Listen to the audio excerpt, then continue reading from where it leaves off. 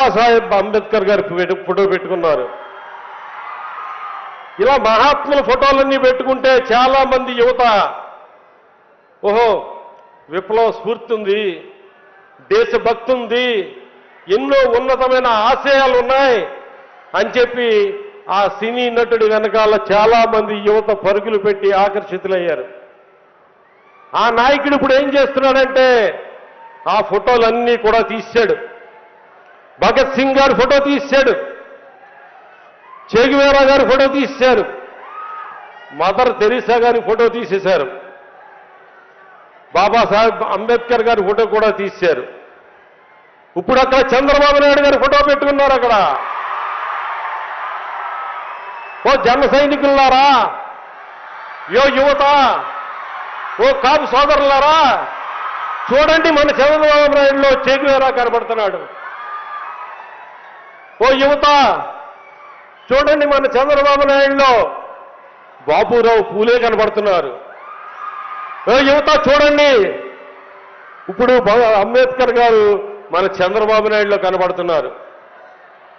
ఆ మహనీయుల యొక్క ఫోటోలు పెట్టుకుని యువతని ఆకర్షించి మోసగించి పోటీ చేసిన చోట ఎక్కడా కూడా ఒక్క చోట కూడా గెలవకుండా ఇంకా వంచిస్తూ ఈ రాష్ట్రంలో ప్రజలందరికీ ఇచ్చిన హామీలన్నీ కూడా తూచా తప్పకుండా మాట తప్పకుండా ఎన్ని కష్టాలైనా కూడా నవరత్నాల ద్వారా ప్రతి కుటుంబానికి 1,00,000 నుంచి 5 లక్షల వరకు మేలు చేయాలని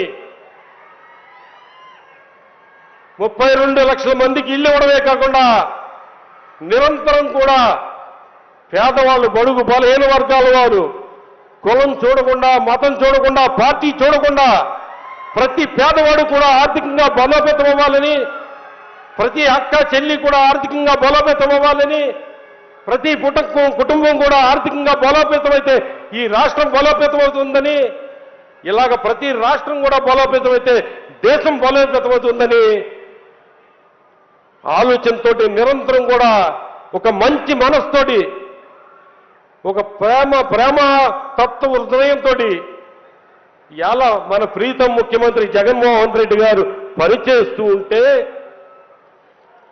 పేదల పక్షాన ఆయన నిలబడి ఉంటే, పేదల మీద కక్షతోటి, అక్క చెల్లెమ్మల మీద కక్షతోటి, రైతన్నల మీద కక్షతోటి వీళ్ళందరికీ మేలు జరుగుతుంది, వీళ్ళందరికీ మేలు జరగకూడదు అని చంద్రబాబు నాయుడు గారు చేస్తున్న కుట్రలకి, కుతంత్రాలకి ఈ దత్తపుత్రుడు ఏ రకంగా సహాయపడుతున్నాడు అనేది మనందరం కూడా చూస్తున్నాం.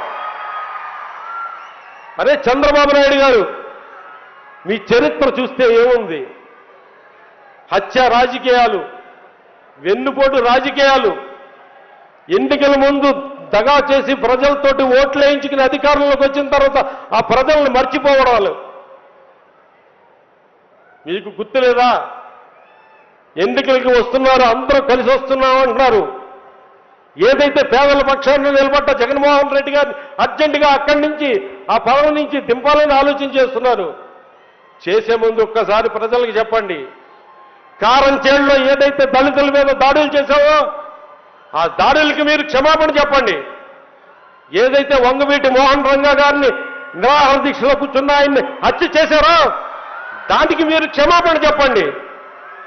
ఏవైతే పింగళ నరసింహరామని ఎన్కౌంటర్ రెడ్డిని ఉంటే కత్తులతో పొడిచి చంపారో ఆయనకి దాని గురించి ప్రజలకి క్షమాపణ చెప్పండి. అంగన్వాడీ వర్కర్లు హైదరాబాద్లో ఏదైతే తమ డిమాండ్ల కోసం పోరాటం చేస్తూ ఉంటే వాళ్ళందరినీ కూడా లాఠీలతో కొట్టి గుర్రాలతో తొక్కించి మహిళలను కూడా చూడకుండా అవమానించిన మీరు ముందు ప్రజలకి క్షమాపణ చెప్పండి.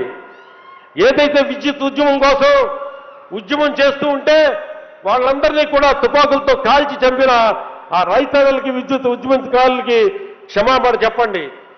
ఏదైతే తెలుగు వాళ్ళ పౌరుషం కోసం ఎన్టీ రామారావు పార్టీ పెట్టి స్థాపించి, ఏదైతే పార్టీని స్థాపించి ప్రజల మన్నలతో అధికారంలోకి వస్తే సొంత మామానికి కూడా చూడకుండా ఆయన్ను వెన్నుపోటు పొడిచి ఆయన ముఖ్యమంత్రి పదవి లాక్కుని ఆయన పార్టీని లాక్కుని మోసం చేసిన, దగా చేసిన చరిత్ర ఉన్న చంద్రబాబు నాయుడు చేసిన తప్పును ప్రజల దగ్గర ఒప్పుకుని